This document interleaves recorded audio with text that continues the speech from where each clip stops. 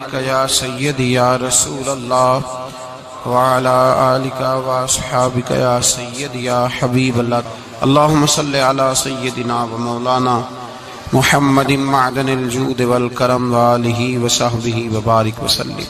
حمد و صلاۃ کے بعد عزیز دوستو، اللہ تبارک و تعالیٰ کے محبوب علیہ الصلوۃ والسلام نے فرمایا ہے کہ اللہ کریم نے جنت کو مشکلات سے ڈھانپ دیا ہے۔ جو مشکل کام ہیں وہ آدمی کو جنت میں لے کے جائیں گے، اور جہنم کو اللہ تعالیٰ نے خواہشات سے ڈھانپ دیا ہے، جن چیزوں میں نفس کو لذت حاصل ہوتی ہے اور انسان کی خواہشات تکمیل پذیر ہوتی ہیں، وہ دوزخیوں کے کام ہیں۔ بخاری مسلم میں لفظ ہیں حجبت النار بالشہوات وحجبت الجنت بالمکارہ، او کما قال صلی اللہ علیہ وسلم۔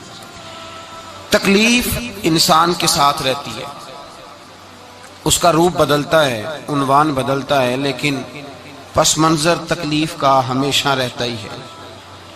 انسان کے دکھوں کے نام بدلتے ہیں۔ کبھی دکھ یہ ہوتا ہے کہ اولاد کوئی نہیں، اور ہونے کے بعد کبھی کبھی یہ دکھ بھی آ جاتا ہے کہ یہ تندرست کیوں نہیں، اور اگر اللہ تعالیٰ صحت دے دے تو پھر کبھی کبھی یہ پریشانی لاحق ہو جاتی ہے کہ یہ تعلیم کیوں نہیں حاصل کر پا رہی۔ اور اگر وہ سارا کچھ بن سور کے زندگی کامیاب گزارے، لیکن اپنی شادی کے بعد، اپنی دولت کے بعد، اپنی نوکری کے بعد اگر پلٹ کر باپ کی طرف نہ دیکھے اور رات کو واپس آئے ڈیوٹی سے تو ماں کے کمرے کے آگے سے چپکے سے گزر جائے، وہ جو تکلیف ہوتی ہے وہ سارے دکھوں سے زیادہ سخت ہوتی ہے۔ باغ تیرے دی کر کر راکھی میں ساری عمر گزاری، تو جدوں میں باغ پکن تے آیا تے لے گئے اور بپاری، پھر اور تکلیف ہوتی ہے۔ دکھ کا رنگ بدلتا ہے، لیکن دکھ آدمی کے ساتھ رہتے ہیں۔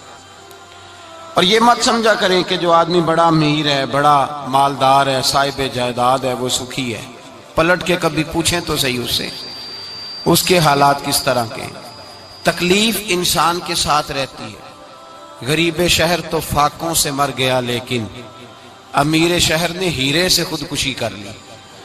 یہاں امیر غریب ہر آدمی تکلیف میں، لیکن اہل ایمان کو جو رب تعالیٰ نے حکم ارشاد فرمایا وہ بڑا پیارا ہے اور بڑا میٹھا ہے اور بڑا سمجھنے والا ہے۔ اللہ تبارک و تعالیٰ نے مشکلات ہر آدمی کے ساتھ، لیکن ایماندار کو، رسول اللہ صلی اللہ علیہ وسلم کے غلام کو، نبی پاک کے کلمہ پڑھنے والے کو جو رنگ عطا کیا ہے وہ بڑا منفرد ہے۔ فرمایا فَإِنَّ مَعَ الْعُسْرِ يُسْرًا، بے شک میں نے ہر مشکل کے ساتھ آسانی رکھی ہوئی ہے۔ پھر فرمایا اِنَّ مَعَ الْعُسْرِ يُسْرًا، بے شک ہر مشکل کے ساتھ آسانی ہے۔ ہر مشکل کے ساتھ، بولیے گا ذرا، ہر مشکل کے ساتھ، اللہ نے ہر مشکل کے ساتھ۔ اور یہاں چونکہ 2 دفعہ ذکر کیا گیا کہ ہر مشکل کے ساتھ آسانی ہے، تو مفسرین کرام فرماتے ہیں رب فرما رہا ہے اگر میں تجھے 1 مشکل دوں گا تو 2 آسانیاں عطا کروں گا۔ اگر 1 مشکل آئے گی تو کتنی آسانیاں ملیں گی؟ 2 آسانیاں دوں گا اگر 1 مشکل آئے۔ انسان کو جو مشکلات آتی ہیں نا، اگر کسی شخص کو پتہ چل جائے نا کہ یہ سامنے والا پل میں نے گزرنا ہے تو اس پار میری اپنی جائیداد شروع ہو جائے گی، تو وہ پل گزرنا اس کے لیے مشکل نہیں رہتا۔ اگر کسی کو پتہ چل جائے کہ بس یہ 2 سڑکیں ہیں میں نے عبور کرنی ہے، پھر میرے لیے سفر آسان ہو جائے، تو وہ جھٹ پٹ گزر جاتا ہے، نہ دھوپ دیکھتا ہے، نہ تھکاوٹ دیکھتا ہے، نہ رش دیکھتا ہے، نہ گاڑیوں کی ریل پیل دیکھتا ہے، گزر جاتا ہے۔ اللہ کریم نے فرمایا بندہ مومن جان لے اگر میں تجھے 1 مشکل دوں گا تو میں تجھے کتنی آسانیاں، چلے سارے بول دیں، کتنی جی، کتنی اللہ تعالیٰ آسانیاں دے گا؟ 2 آسانیاں۔ ہم لوگ اچھا جب ہمارا ذہن بن جاتا ہے نا کمزوری کا، ہمارا جب مزاج بن جاتا ہے مایوسی کا، پھر معاملہ ذرا ہمارے لیے گمبھیر ہو جاتا ہے۔ اگر ہم یہ ذہن بنائے نا کہ مشکل میرے اللہ کی طرف سے آئی ہے تو وہ مجھے آسانی بھی ضرور عطا کرے گا، تو پھر اللہ ضرور ہی آسانیاں عطا فرماتا ہے۔ اور جو مشکلات زندگی میں آتی ہیں نا، حضرت مولا علی شیر خدا رضی اللہ تعالیٰ عنہ کا بڑا خوبصورت فرمان ہے۔ حضرت علی فرماتے ہیں جب تجھے مشکل آتی ہے تو وہ تجھے رب کا پتہ بتانے آتی ہے، وہ تجھے اللہ کا پتہ بتاتی ہے۔ اس لیے کہ جب تو سارے اسباب کر لیتا ہے، جو ضرورت ہوتی ہے پوری کرتا ہے، تندرست ہو کے وہ کام کرتا ہے، پھر بھی کام نہیں ہوتا، تو اس کا مطلب ہے کرنے والا تو نہیں، کرنے والا کوئی اور ہے جو کام کرنے والا، کوئی اور ہے۔ تو عزیز بھائی یاد رکھیں، ہر مشکل کے ساتھ اللہ نے آسانی رکھی ہوتی ہے۔ اگر اللہ تبارک و تعالیٰ بیماری عطا کرے تو اس کے ساتھ اللہ پھر جو تندرستی دیتا ہے وہ بھی بڑی اعلیٰ ہی عطا فرماتا ہے۔ اگر اللہ کبھی غربت دے تو پھر اس کے بعد جو اللہ تعالیٰ آسانی دیتا ہے وہ بھی بڑی اعلیٰ ہی عطا فرماتا ہے۔ اگر کہیں سے آپ کو دکھ ملتے ہیں تو پھر جب سکھوں کا وقت آتا ہے تو پھر گنے نہیں جاتے۔ یاد رکھیں، مشکلات کے پہلو میں آسانیاں ہوتی ہیں، اور جس آدمی کو مشکل آتی نہیں، میرے نبی کریم سید عالم صلی اللہ علیہ وسلم نے فرمایا مومن کو جو مشکل بھی آتی ہے اللہ اس کی برکت سے اس کے گناہوں کو معاف فرما دیتا ہے، اللہ اس کی برکت سے اس کے گناہوں کو معاف کرتا ہے۔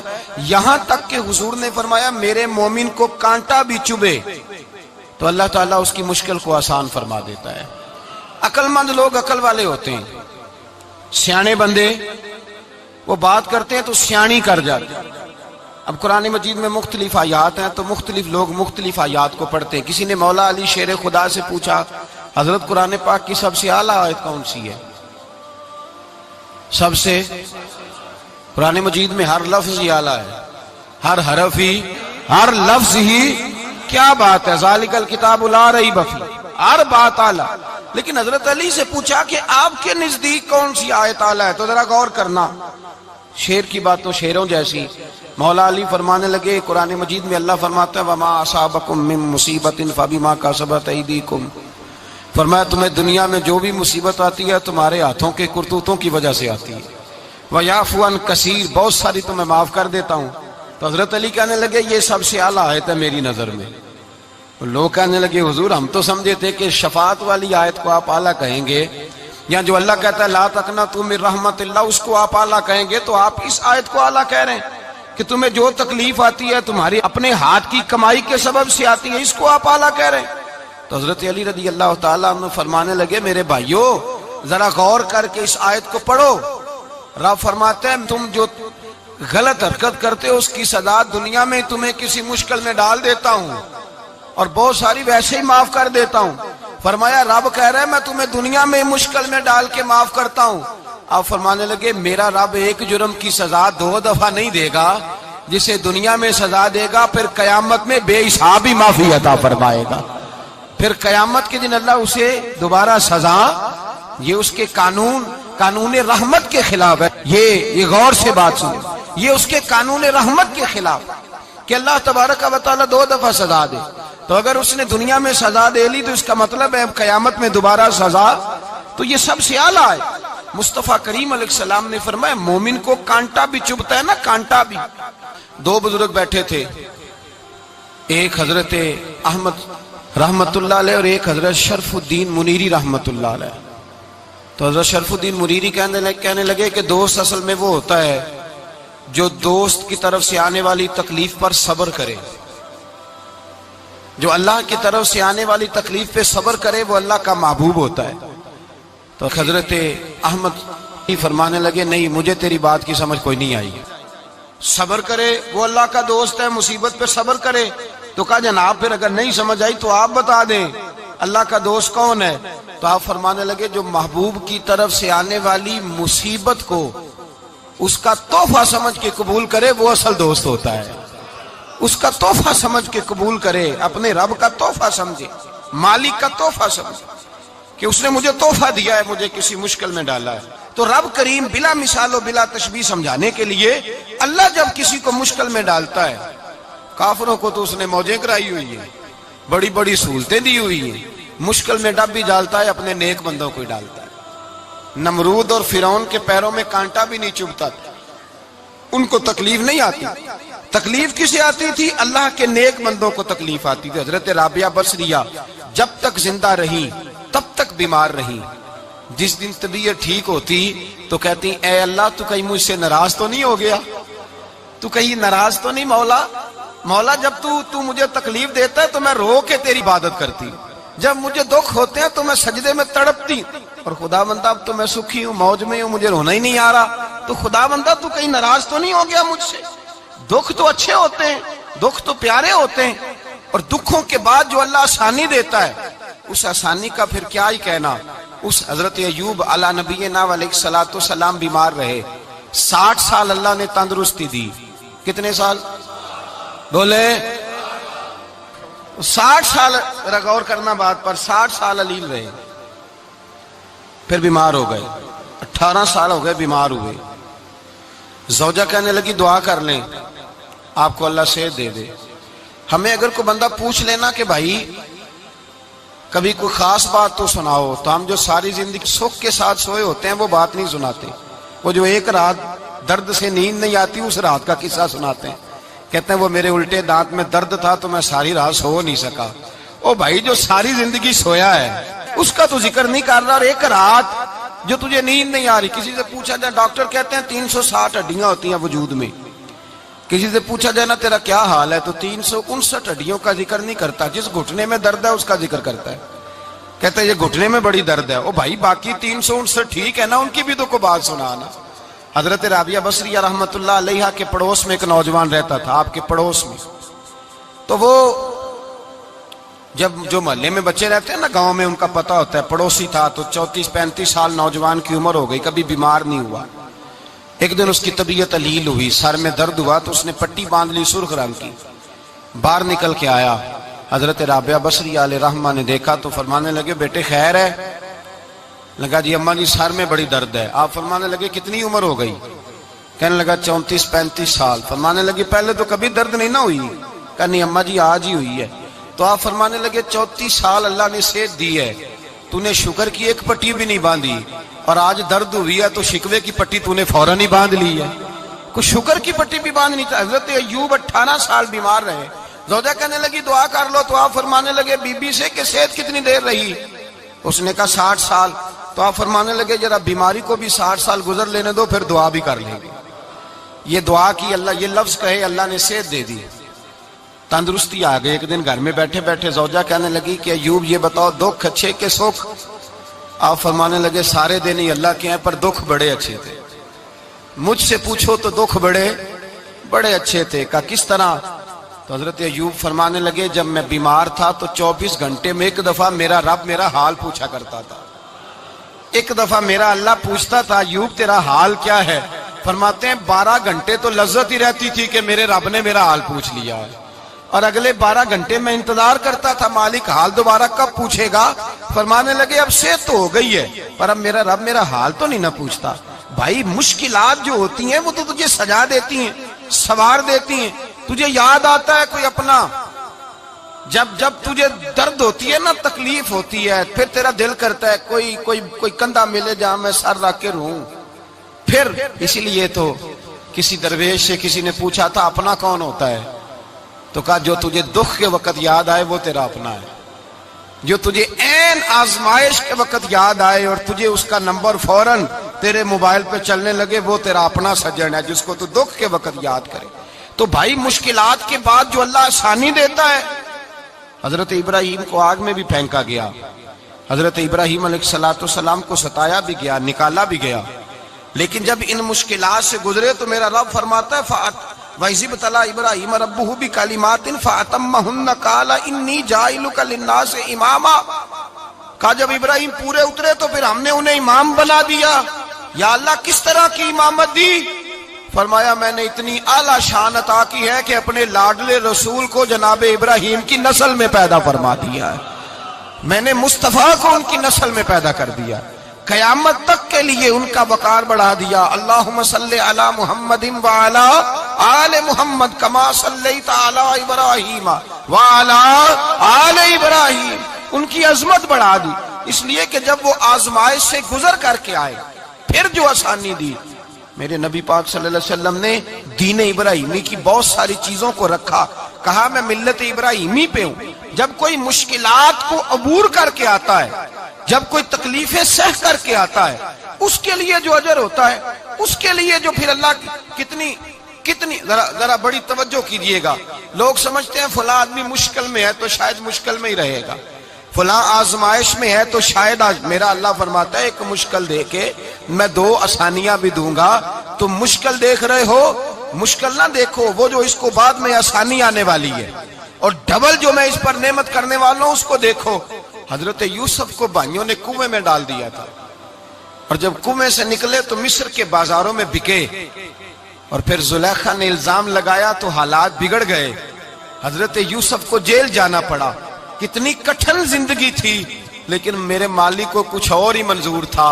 کنویں میں گرنے والے، بازار میں بکنے والے، جیل میں جانے والے، الزام لینے والے جناب یوسف کو رب کریم نے اسی مصر کا بادشاہ بنا دیا، اللہ پاک نے اسی مصر کا حکمران بنا دیا۔ یاری تیری سونا پر ازمیشاں تیریاں اگ، اے سونا پرکھیا جاوندا ہی پہلو نال اگاں دے لگ، اس کے لیے تھوڑا سا جتن کرنا پڑتا، تھوڑے کٹھن حالات سے گزرنا پڑتا، تھوڑی آزمائشوں کا روپ دیکھنا پڑتا۔ ہم چاہتے ہیں کہ ہمیں چھیڑے کوئی نہ کوئی تکلیف نہ آئے، کوئی آزمائش، یہ ہو نہیں سکتا میرے بھائی۔ نامی کوئی بغیر مشقت نہیں ہوا، 100 بار جب عقیق کٹا تب جا کر نگی ہوا۔ ہم چاہتے ہیں کہ ہمیں کچھ بھی دقت نہ آئے، مشکلات نہ آئے، اور مشکلات تو انسان کو سنوارتی ہیں بھائی، وہ تو نکھارتی ہیں۔ کبھی پوچھا کرو جا کر کے کسی گندم کے دانے سے کہ تو کہاں کہاں سے ہو کے آیا ہے، کہاں کہاں سے نکل کے آیا ہے، تو وہ بتلائے گا کہ بڑے مشکل مراحل سے گزرا ہوں، اور پھر اللہ نے مجھے طاقت دی ہے کہ میں انسان کے وجود کا حصہ بناؤں۔ تو بھائی کٹھن مراحل، آزمائشیں، تکلیفیں، یہ انسان کو بڑا انسان بنا دیتی، یہ اس کے لیے ترقیوں کا پیش خیمہ ہوتی۔ ہمارے جمال پریشان ہو جاتے ہیں، عورتیں خاص کر کے اس بات پہ توجہ کرے، وہ بڑی جلدی غم لے جاتی ہیں، وہ کہتی ہیں جانے میرا کچھ ہوگا ہی نہیں، جانے میرا کچھ ہو ہی نہیں سکتا۔ میرے بھائی درجنوں اور بیسیوں لوگ ایسے ہیں جن کی اولادیں نہیں تھی، لیکن نام ان کا ان سے بھی زیادہ ہے جو بڑے بڑے صاحب اولاد۔ حضرت خواجہ معین الدین اجمیری کو جانتے ہیں آپ لوگ؟ نہیں، جو جانتے ہیں وہ بولے جانتے ہیں جی؟ لو جی، کافی سارے جانتے ہیں، تھوڑے جی رہ گئے نا مگر جانتے ہیں نا خواجہ صاحب کو؟ ان کے کسی بیٹے کو جانتے ہوں؟ نہیں جانتے، نہیں جانتے، نہیں جانتے آپ ان کے بیٹے کو۔ حضرت خواجہ معین الدین اجمیری رحمت اللہ تعالیٰ علیہ کے بیٹے کو نہیں جانتے، لیکن ویسے آپ ہندوستان میں کسی آدمی کو چھیڑ کے دیکھیں، وہ کہے گا میں خواجہ صاحب کا روحانی بیٹا ہوں، میں اولاد۔ حضرت غوث اعظم رضی اللہ تعالیٰ عنہ کی اولاد کو کم لوگ جانتے ہیں، لیکن آپ ویسے کسی کو پوچھ کے دیکھیں 11ویں والا پیر کون ہوتا ہے، ہر آدمی ہاتھ اٹھا کے بتائے گا خدا کے فضل سے ہم پر ہے سایہ غوث اعظم کا، ہمیں دونوں جہاں میں ہے سہارا غوث اعظم۔ لوگ جھوم کے بتلائیں میرے بھائی۔ یہاں لوگ پریشان ہو جاتے ہیں کہ اولاد ہوگی تو یہ ہوگا، فلاں ہوگا تو یہ ہوگا۔ بھائی ایسی کوئی بات نہیں، میرے پاس پیسے ہوتے تو میرا ابا بیماری سے فوت نہ ہوتا۔ جو مالدار ہوتے ہیں تو کیا وہ بچ جاتے ہیں؟ حضرت اسرائیل انہیں چھوڑ جاتے ہیں؟ او خدا کے بندے تو کیسی بات کر رہا ہے؟ یاد رکھ، یہ جو آزمائشیں ہوتی ہیں، یہ جو تکلیفیں ہوتی ہیں، یہ جو تھوڑے سے مشکل حالات ہوتے ہیں۔ حضرت یونس علیہ السلام کی دوستی ہوگی حضرت جبریل امین سے، تو جناب جبریل ملنے آئے۔ حضرت یونس علیہ السلام فرمانے لگے جبریل میرا دل کرتا ہے مجھے اس بندے کی ملاقات کرا جو اللہ کا سب سے زیادہ عبادت گزار بندہ ہے۔ حضرت جبریل امین لے گئے دور دور فلسطین کے علاقے میں، اور لے جا کر ایک بندے سے ملاقات کرائی جس کی دونوں آنکھیں بھی کوئی نہیں تھی، دونوں بازو بھی کوئی نہیں تھی، دونوں پیر بھی کوئی نہیں تھی، اور اس بندے کی زبان پر لفظ بڑا کیا جاری تھے، یا اللہ تیرا شکر ہے، یا اللہ تیرا، بول کے کہیے یا اللہ تیرا، اے اللہ تیرا شکر ہے۔ شکر شکر کر رہا تھا۔ حضرت جناب سیدنا یونس علیہ السلام کہنے لگے میں نے تجھے عبادت گزار کو ملانے کو کہا تھا، تو کہاں لے آیا؟ تو حضرت جبریل کہنے لگے یا یونس، یہ ہر چیز جانے کے باوجود اپنے رب کی رضا پہ راضی ہے۔ اس وقت دنیا میں نبیوں کے بعد جس سے اللہ سب سے زیادہ پیار کر رہا ہے وہ یہی بندہ ہے، یہ اپنے رب کی رضا پہ راضی ہے۔ اے تن میرا کنگی ہووے تے میں زلف سجن دی واواں، تے پوش میرے دی جتی بن جائے تے میں یار دی قدمی آواں، مارو مارو مینو مار مکاؤ کوئی عذر نہ پیش لے آواں، تے جے سونا ہی میرے دکھ وچ راضی، جے سونا ہی میرے دکھ وچ راضی، جے سونا ہی میرے دکھ وچ راضی تے میں سکھ نو چلے ڈاواں۔ مالک کی جب اس حال میں راضی ہے تو بس ٹھیک ہو گیا، ٹھیک ہو گیا۔ وصل اچھا ہے نہ فراق اچھا ہے، بس جس حال میں محبوب رکھے وہی حال اچھا ہے، بس جس حال میں انہوں نے رکھا بات ٹھیک ہو گئی۔ اس میں اب انسان شکوا کرتے پھرے کہ یہ کس طرح ہے وہ کس طرح، اپنے آپ کو مطمئن رکھا ہے۔ مشکل کے بعد جو آسانی حضرت لقمان حکیم، ان کے نام پر قرآن مجید کی پوری سورت ہے۔ حضرت لقمان حکیم علیہ رحمہ آپ اپنے بیٹے کو نصیحت کر رہے تھے، کہنے لگے بیٹا کو مشکل آئے تو گھبرانا نہیں، کوئی مشکل آئے تو کرے بیٹوں کو سمجھ آ جائے کہ مشکل آئے تو، سمجھ آ رہی ہے بات کی، مشکل آئے تو۔ اور کیا خوبصورت جملے، بیٹے کو بٹھا کے کہتے ہیں بیٹا چھوٹی مشکل آئے گی تو اللہ بڑی مشکلات آسان کر دے گا، سمجھو چھوٹی مشکلات آئیں تو اللہ نے بڑی مشکلیں اس نے آسان کر دی۔ اور آپ کو بتاؤں اصل انسان ہوتا ہی وہ ہے جو مشکلوں میں جینے کا ڈھب سیکھ جاتا ہے، وہ بن جاتا ہے جو کرب کے حالات میں جینے کا سلیقہ سیکھ جائے۔ اپنے بچوں کو یہ سمجھانا، حضرت لقمان بیٹے مشکل آئے تو گھبرانا نہیں، بڑی کو ٹال دیتی ہے، وہ نیکی کا اور آسانی کا پیش خیمہ ہوتی ہے، اللہ اس کے بعد آسانی سمجھا رہے ہیں۔ کچھ دنوں کے بعد کہنے لگے آؤ فلاں اللہ کے نبی کی ملاقات کو چلیں، فلاں نبی علیہ السلام سے ملنے چلتے ہیں۔ اس زمانے میں جو نبی تھے ان سے ملنے چلے گئے، بیٹے کو بات یاد تھی، گھوڑے پہ بیٹھے، امام ابن جوزی نے اس کو لکھا ہے، گھوڑے پہ بیٹھے تھے دونوں کے پاس گھوڑے تھے۔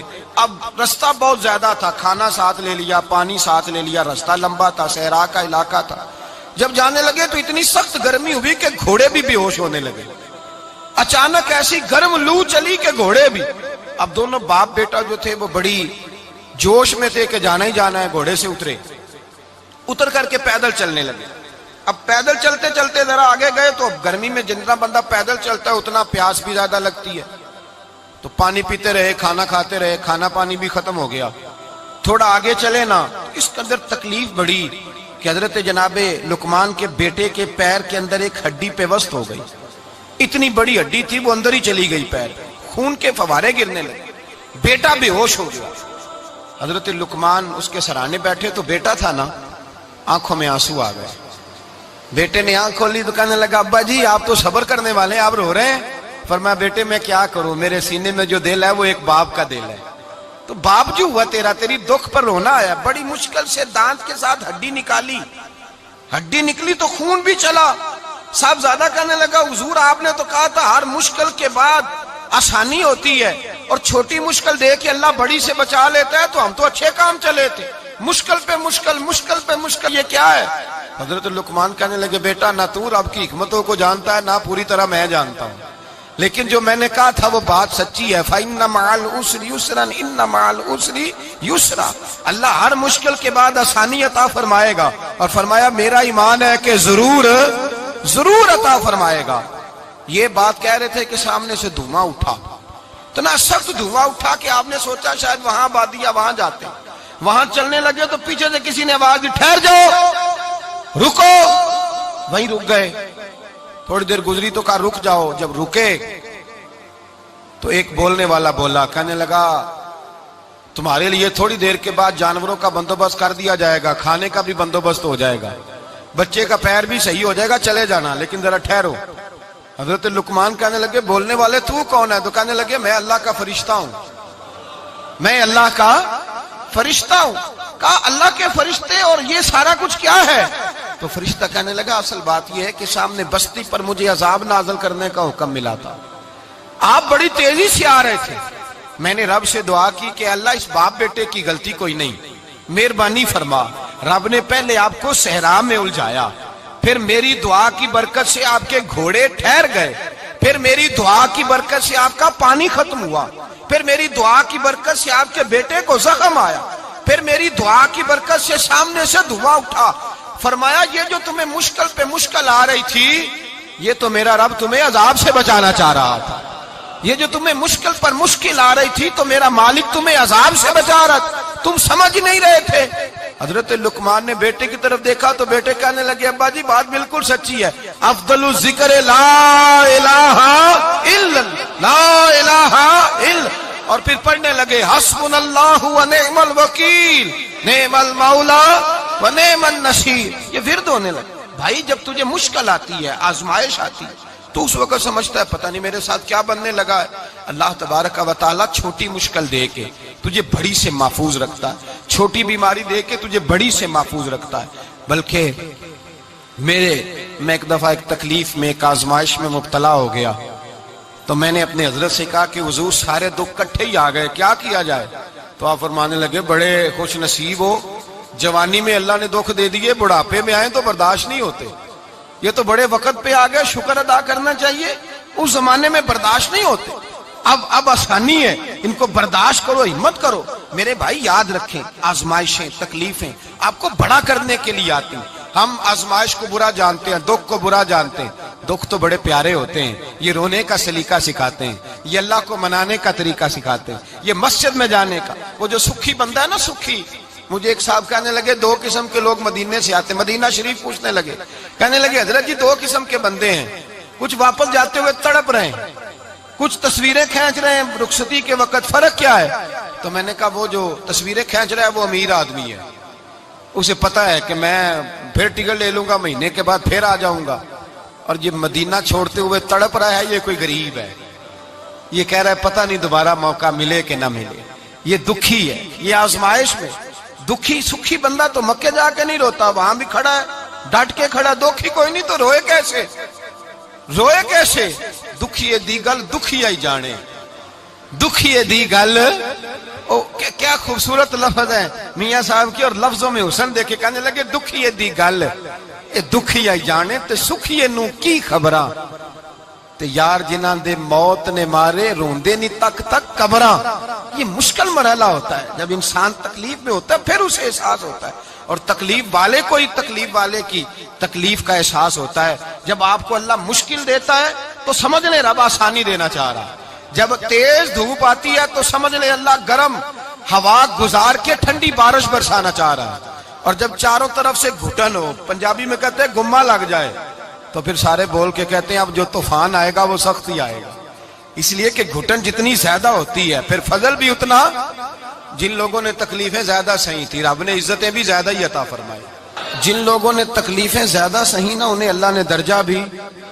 حضرت بلال حبشی نے بڑی تکلیف سہی، مارا کرتا تھا امیہ، بڑا مارتے تھے، اتنا مارتے تھے کہ موٹے، آپ نے کبھی دیکھے ہیں دیہاتوں میں موٹے موٹے پائے ہوتے تھے، چار پائیوں کے موٹے موٹے بان کی چار پائیاں اور بڑی چار پائیاں کافر بچھا کے بیٹھ جاتے، اور حضرت بلال حبشی کے پیر ان کے نیچے رکھ دیتے، ہاتھ ان کے نیچے رکھ دیتے، آگ لوہا گرم کر کے اس کے اوپر ننگے بدن لٹا دیتے۔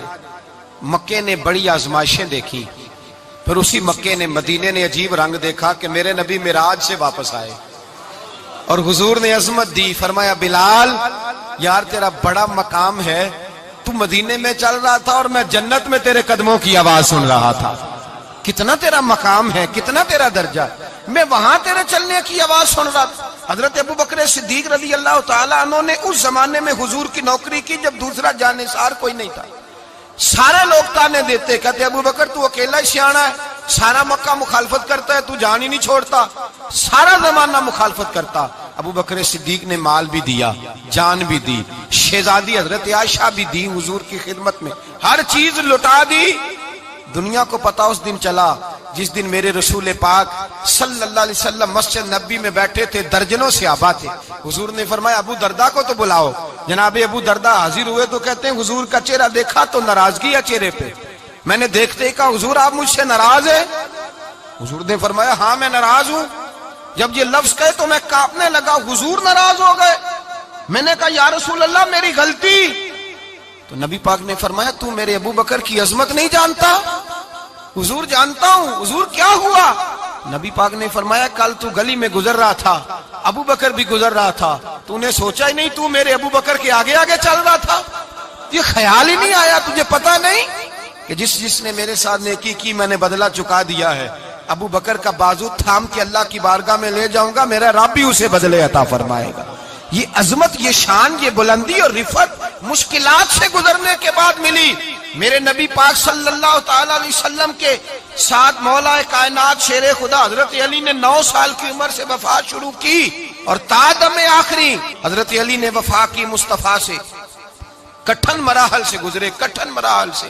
حضرت علی کہتے ہیں میں ہر جنگ میں، ہر جہاد میں ساتھ تھا، پر جس دن مکے اور مدینے سے آنے والوں کو حضور بھائی بھائی بنا رہے تھے، مہاجر اور انصار کو بھائی بھائی بنا رہے تھے، فرماتے ہیں میں تنہا کھڑا تھا، کوئی کسی کا بھائی بن گیا، کوئی کسی کا بھائی بن گیا، میں اکیلا کھڑا تھا اور میں سوچ رہا تھا کہ یار میں کدھر جاؤں.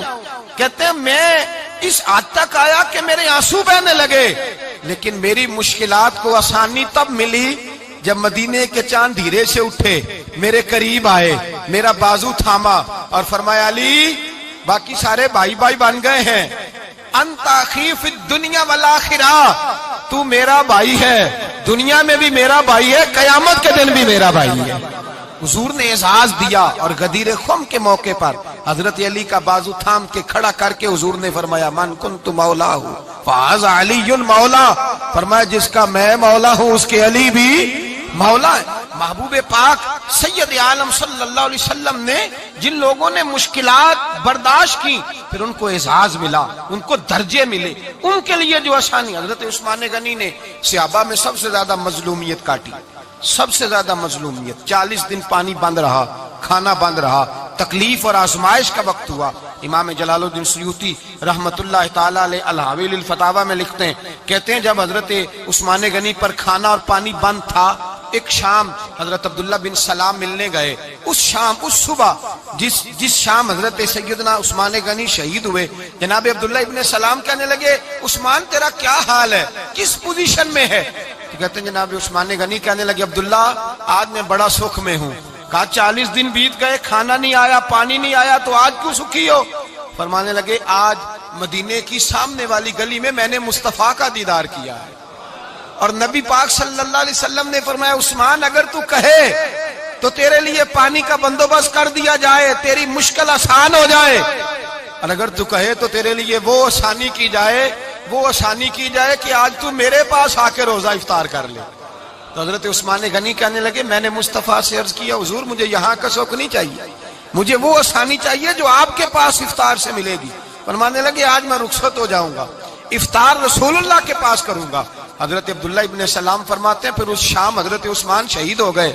لوگ کہنے لگے عثمان شہید ہو گئے، اور میں کہنے لگا نہیں، انہوں نے جا کے نبی پاک کے دسترخوان پہ روزہ افطار کر لیا ہے. روزہ افطار بھائی پھر بعد میں جو آسانی ملی ان لوگوں، جو ان لوگوں کو درجات نصیب ہوئے. کٹھن حضرت عبداللہ مزنی حضور کے غلام تھے، قبیلہ مزن کے رہنے والے، والد فوت ہو گئے، چچا نے پالا تھا، اسلام قبول کر لیا. چچا اسلام کا بڑا دشمن ہے، حضور کا نام آئے تو جلال کرتا ہے، حسد اور بغض میں جل جاتا ہے، بڑی اسلام کے ساتھ دشمنی اور عناد رکھتا ہے. حضرت عبداللہ کہتے ہیں پہلے تو میں عشق رسالت کو دباتا رہا، پھر یہ چنگاری شعلہ بن گئی، پھر کہ یہ ہلکا سا جذبہ سمندر اور صحرا کا روپ دھار گیا. فرماتے ہیں ماں تھی اور میں تھا، میں گیا جا کے چچا سے کہا میں نہیں رہ سکتا. کہاں جائے گا؟ تو میں نے دھیمے لہجے میں کہا میں مدینے جاؤں گا، اب میں رسول اللہ کے مدینے جاؤں گا، اب میرا گزارا نہیں ہوتا، اب میں جاؤں گا. کہتے ہیں چچا کہنے لگا اچھا تو وہاں جائے گا، تجھے میں نے پالا، میں نے پوسا، وہ مکان میں نے تجھے بنا کے دیا، تیری جیب میں جو پیسے ہیں میرے دیے ہوئے ہیں. کہتے ہیں میں نے کہا چچا میں سارا کچھ سوچ کے آیا ہوں، مکان بھی تو رکھ لے، پیسے بھی رکھ لے. کہتے ہیں اس نے ہر چیز رکھوا لی. جب پلٹنے لگا تو چچا کہنے لگا جو کپڑے تو نے پہنے ہیں یہ بھی میں نے خرید کے دیے تھے. حضرت عبداللہ فرماتے ہیں میں نے وہ کپڑے بھی اتار کے دیے. برہنہ حالت میں میں ماں کے پاس گیا اور میں نے کہا اماں میں پہلے بھی تو ننگا پیدا ہوا تھا، تو نے ہی کپڑے پہنائے تھے، میرا پھر بدن ننگا ہو گیا ہے، کپڑے دے دے. کہتے ہیں 2 بیویوں والے کپڑے اماں نے دیے، ایک میں نے تامت باندھ لی، دوسرا اوڑھ لیا اور مدینے پہنچا. کہتے ہیں جب میں ٹھنڈی رات مدینے پہنچا تو کالے رنگ کے حبشی غلام حضرت بلال دودھ کا پیالہ لیے کھڑے تھے، ہاتھ میں کھجوریں تھی، کمبل تھا. کہنے لگے آجا آجا، مصطفیٰ نے فرمایا تھا قبیلہ مزن سے میرا غلام آ رہا ہے، میں ساری رات سے تیرا انتظار کر رہا ہوں. حضرت جناب سیدنا عبداللہ رضی اللہ تعالیٰ عنہ فرماتے ہیں میری مشکل آسان ہوئی. فرماتے ہیں مجھے مدینے میں اعزاز مل گیا، مجھے عزت مل گئی، ہر آدمی میری قدر کرنے لگا. گویا بزرگ کہتے ہیں کہ حضرت عبداللہ دعا کرنے لگے کہ اے اللہ تو نے مجھے بڑی شان دی ہے مصطفیٰ کی گود میں، اگر اسی رحمت کے چھاؤں میں پردہ کر جاؤں تو میری بات بن جائے گی. حضرت عبداللہ کا وصال بھی رسول اللہ کی گود میں ہی ہو گیا. گود میں، نہ کوئی رشتہ دار، نہ کوئی تعلق دار، نہ کوئی ہمسایا اپنا، نہ کوئی چچا، نہ کوئی ماموں، شہر میں تنہا اسی کسے دے کچھ نہیں جے لگ دے تے نہ کوئی ساڈا دردی، تنہائی۔ جنازہ اٹھا تو اٹھانے والے کون ہیں؟ ابو بکر صدیق، فاروق اعظم، عثمان غنی، مولا علی، حسنین کریمین جنازے میں شامل۔ میرے رسول پاک صلی اللہ علیہ وسلم نے جنازہ پڑھایا، دیکھو مشکل کاٹی تھی تو آسانی کا رنگ دیکھو، آسانی کا انداز دیکھو۔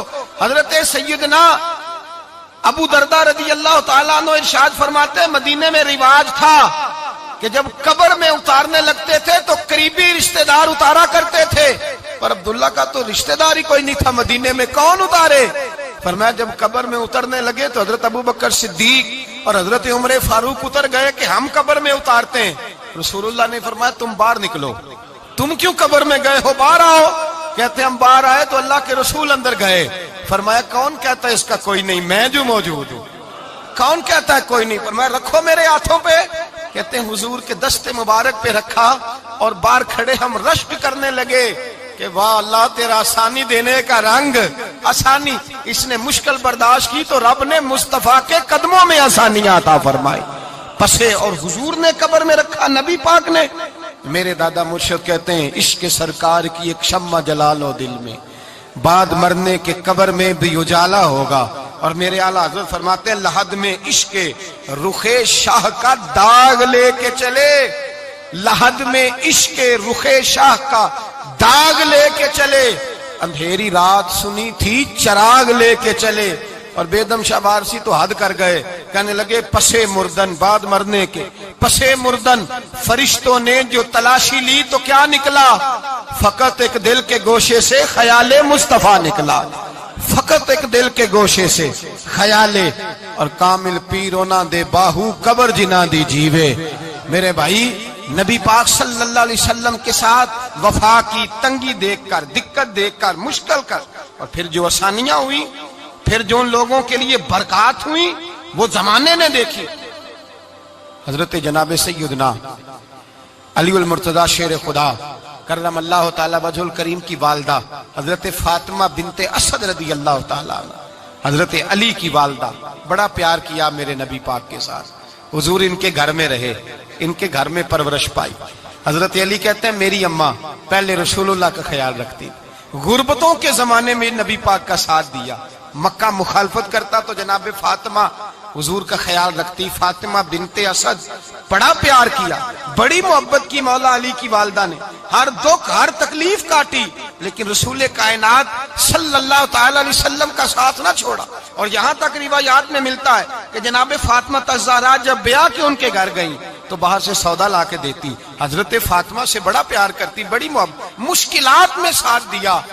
جب وصال ہوا تو فرماتے ہیں کوہرام مچ گیا مدینے میں، لوگ منتیں کرتے تھے کہ حضور کا ایک بال مل جائے تو قبر میں بخشش کا سامان ہو جائے گا۔ رسول پاک نے فرمایا جب جناب علی کی والدہ کو غسل دے لو تو کفن پہنانے سے پہلے میرے پاس آنا۔ کہتے ہیں جب غسل دے لیا تو عرض کی حضور غسل ہو رہا ہے، کفن کا کیا کرنا ہے؟ حضور اندر گئے، قمیض بدلی اور جو کرتا پہنا ہوا تھا اتار کے دیا۔ فرمایا وہ علی کی ماں نہیں میری ماں ہے، اس نے میرے لیے بڑی تکلیفیں سہی ہیں، بڑی مشکل دیکھی ہے۔ فرمایا اس طرح کرو میرے کرتے میں اسے کفن دو۔ حضور نے جنازہ پڑھایا، اپنے کرتا لباس مبارک میں کفن دلایا۔ پھر جب وہ دفن ہوئی تو حضور قبر پہ کھڑے ہوئے، کھڑے ہو کے فرمایا اے اللہ اپنے سارے نبیوں کے وسیلے سے اور میرے وسیلے سے میری اماں کی بخشی فرما دے۔ پھر جو آسانیاں ملی ان لوگوں کو تو ان کی قبروں تک آسانیاں ملی، پھر ان کو قیامت تک کے لیے آسانیاں ملی جنہوں نے مشکلات کو دیکھا۔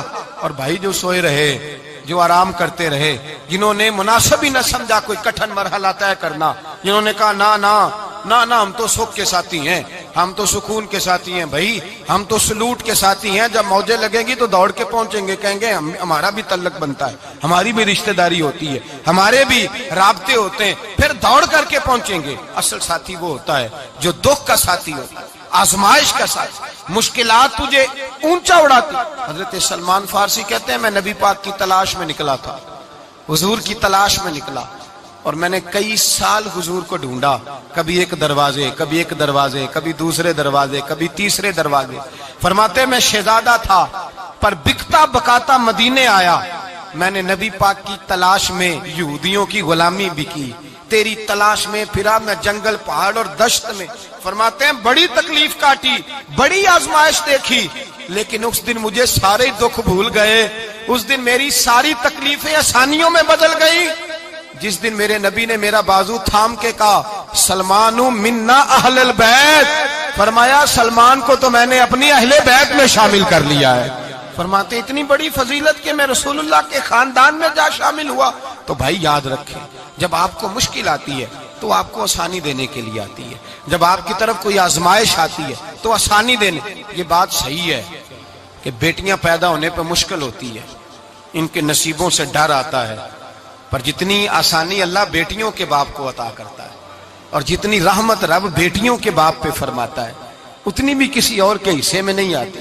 اس میں شک کوئی نہیں کہ بوڑھے ماں باپ کو جب سنبھالنا پڑے تو مشکل ہوتی ہے، بوڑھوں کی طبیعت بچوں جیسی ہو جاتی ہے، دقت ہوتی ہے، آزمائش ہوتی ہے، ان کی بات سننا بعض اوقات کڑوا لگتا ہے، ان کی فرمائشیں بعض اوقات بچوں کی طرح ایسی ہوتی ہیں جو حل نہ ہو سکیں، لیکن یہ وہی ماں باپ ہیں جن کی نوکری کے بارے میں میرے مصطفیٰ نے فرمایا اگر تو ایک رات انہیں خوش کرنے میں کامیاب ہوا تو اللہ 2 حج اور 2 عمرے کا ثواب عطا فرمائے گا۔ اس میں شک نہیں کہ بہت سارے کام مشکل ہوتے ہیں، کٹھن ہوتے ہیں، آزمائش والے ہوتے ہیں، اس میں کوئی شک نہیں کہ اس دور میں دین کا کام بڑا مشکل ہے، دعوت و تبلیغ کا سلسلہ بڑا کٹھن ہے، اس دور کے اندر حق بات بیان کرنا بڑا ہی مسئلہ ہے، اس دور کے اندر لوگوں کو کھری بات پہنچانا اور بتانا یہ اپنے ہاتھ میں آگ کا انگارہ پکڑنے کے مترادف ہے۔ لیکن میرے مصطفیٰ نے فرمایا تھا اس دور میں جب فتنہ ہو من تمسک بسنتی اندہ فساد امہ فلہ اجر 100 شہید، فرمایا اس دور میں جب آزمائشیں آ جائیں، تکلیفیں آ جائیں، اس دور میں جو میری سنت پر عمل کرے گا، رسول پاک کا وعدہ ہے اللہ ایک سنت پر عمل کرنے والے کو 100 شہیدوں کا ثواب عطا فرمائے، اللہ 100 شہیدوں کا درجہ دے گا اسے۔ تو بھائی جس قدر مشکل زیادہ اس قدر آسانی بھی، اس قدر اجر بھی زیادہ۔ مشکلات سے گھبرایا نہ کریں، ذہن بنا لیں کہ جس رب نے دی ہے وہی اللہ نجات بھی عطا فرمائے گا، انسان آسان ہو جاتا ہے۔ ہم لوگوں نے نا دوڑ صرف سکھ کٹھے کرنے کے لیے لگا لی ہے، سکھ کٹھے کرنے کے۔ وہ لوگ دکھوں میں راضی رہتے تھے، آزمائشوں میں۔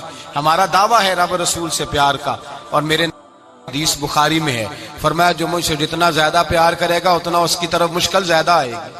حضرت ابو بکر شبلی رحمت اللہ علیہ سے کچھ لوگ ملنے آئے، کہنے لگے صاحب ہمیں آپ بڑے اچھے لگتے ہیں، بڑے پیارے لگتے ہیں، آپ کی زیارت کرنے آئے، دل کرتا ہے 2 گھڑیاں پیر دبا دیں، دست مبارک چوم جائیں، دست بوسی ہو جائے، دل کرتا ہے۔ آپ نے فرمایا واقعی مجھ سے پیار ہے؟ کہا حضور بڑا پیار ہے۔ فرمایا سوچ لو کا صاحب بڑا پیار، پھر سوچ لو کا بڑا پیار ہے۔ حضرت ابو بکر شبلی دیوانے سے آدمی تھے، پتھر اٹھائے روڑے اور زور زور سے ان لوگوں کو مارنے شروع کر دیے، دوڑ گئے، کہنے لگے بابا تو پاگل ہو گیا ہے۔ جب دوڑے تو حضرت ابو بکر شبلی فرمانے لگے بس تم تو کہتے تھے ہمیں پیار بڑا ہے۔ کہا حضور کیا مطلب؟ آپ فرمانے لگے اگر تمہیں مجھ سے پیار ہوتا تو میرے روڑے کھا کے میرے دروازے پہ مر جاتے، کبھی میرا ساتھ چھوڑ کے نہ جاتے۔ تمہیں پیار نہیں، تم سکھ کے سجن ہو، تم چوری کھانے والے میاں مٹھو ہو، تم تو اس لیے آئے ہو کہ یہاں برکتیں ملیں گی، موجیں ملیں گی، تمہیں پیار نہیں۔ ہمیں خدا رسول سے پیار بھی ہے، ذرا سی آزمائش آئے رونے بیٹھ جاتے ہیں، غریب بھی رو رہا ہے، بیمار بھی رو رہا ہے، تنگ دست بھی رو رہا ہے، اور جو آدمی کسی مشکل میں گرفتار ہے وہ بھی کہتا ہو جتنا میں الجھ گیا ہوں ہے ہی کوئی نہیں۔